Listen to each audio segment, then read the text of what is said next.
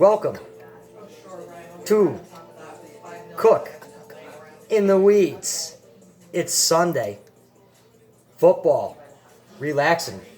What's better than homemade pizza with homemade dough? Boom. Here we go. All right, guys. We're back at it. So tonight, like I said, we're going to do homemade pizza with homemade dough. It's going to be a two-part video. First video is going to be the pizza dough. The second one's going to be the pizza, right?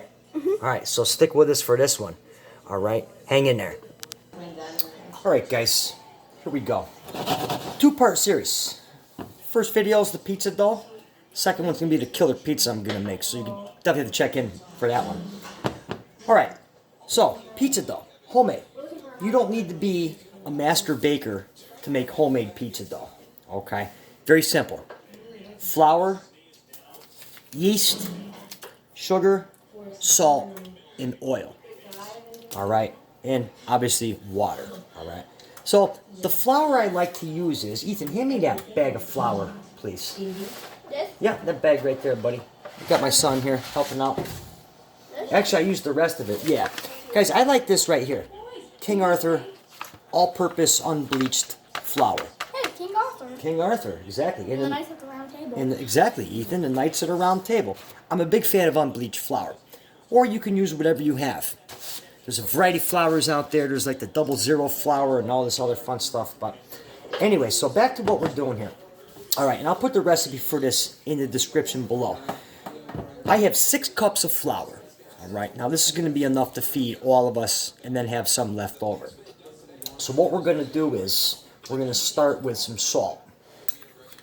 All right, I mean just about a tablespoon of salt. Not too much salt, because it could actually kill your yeast. And a tablespoon of sugar. Getting in there?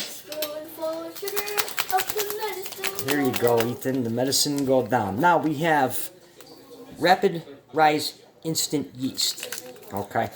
This yeast, you don't have to proof it. Not proof it. You don't have to bloom it or hydrate it in water. If it's been sitting in your cabinet for, I don't know, 15 years, then I would recommend it. But there's an expiration date, and there's actually the baking helpline. Ethan, there's a baking helpline number. We should call them up and see if they answer the phone and ask them a question. What do you think?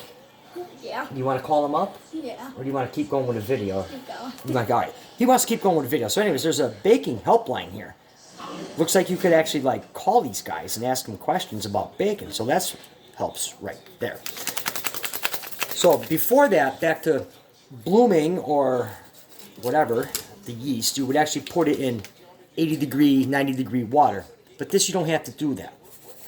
Dump that right in there. Okay.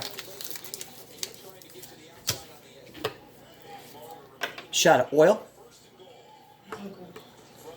And then now we're going to start with our water. Now the water, okay, you want the water about 80, 85 degrees. If it's too hot, it'll kill the yeast. If it's not hot enough, it's not going to work. So your normal tap water is probably going to be set to, about 80, 90 degrees, which should be fine. 3 cups. We're going to start with 3 cups, okay? You can always add more, okay? So I'm going to start with this right here. I'm not going to dump the whole thing in. Now here's where we're going to get our workout. If you have a KitchenAid, you can use that. And what we're going to do is we're just going to actually spin the bowl and incorporate at the same time. Ethan, can you dump the rest of that water in there for Dad? Where? Right there, right here. Where? Right there. Where do I pour it in? Just dump it right into the bowl. Ah, got it. Oh, okay, well, that's one way to do it.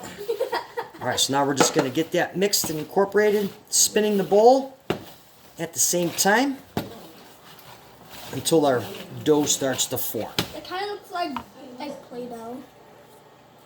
All right, so I got Ethan helping me out, trying to stir it up. Go ahead. It's actually kind of hard. Yeah, it is hard. It's okay. Give it a shot. It feels like you're trying to stir like stone. Trying to stir stone. Well, we don't want to do that, so. All right. Oh. All right, guys, so here's where we almost want to be here. So actually, by doing this, all I'm doing is putting the spoon here and spinning it around so we can actually get this all nice and incorporated. All right, so now we're working with that. Now, on to the next step. All right, here we go. All right, wait. What you got going on there? He's got the Mario going in there. All right, cool. All right, onto the dough. All right, guys, we got our dough out of the bowl. What we did was we put some little flour down on here. All right, nice and ready to go. So now, here comes the fun part, is kneading, okay? You have to knead the dough, okay? Because what that does is it develops the strands of the gluten, allowing the dough to rise properly, so it has, you know, proper texture. If you don't knead the dough enough, all right, the dough's just gonna be, it'll be just too dense. So, here's where you're gonna get your workout, guys. 10 minutes to knead the dough. So we're gonna knead this dough for 10 minutes. And then we're gonna put it in a oiled bowl, covered with saran wrap, a little more flour on there, and we're gonna let it rise. What's that, buddy? And we're gonna let it rise a couple hours right on the counter. All right, so here I go. I'm gonna knead for the next 10 minutes. All right, so it's been about 10 minutes, and I've had my dough kneaded out.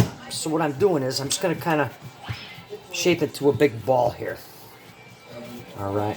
Now, how do you know when it's done? Well, you can feel it. As you knead the dough, you can feel it. It's like it has that more of like that elastic band feel to it. But also, if you poke it, it springs right back. So that's good. All right, so here we have oiled bowl. We're going to throw this directly in our oiled bowl.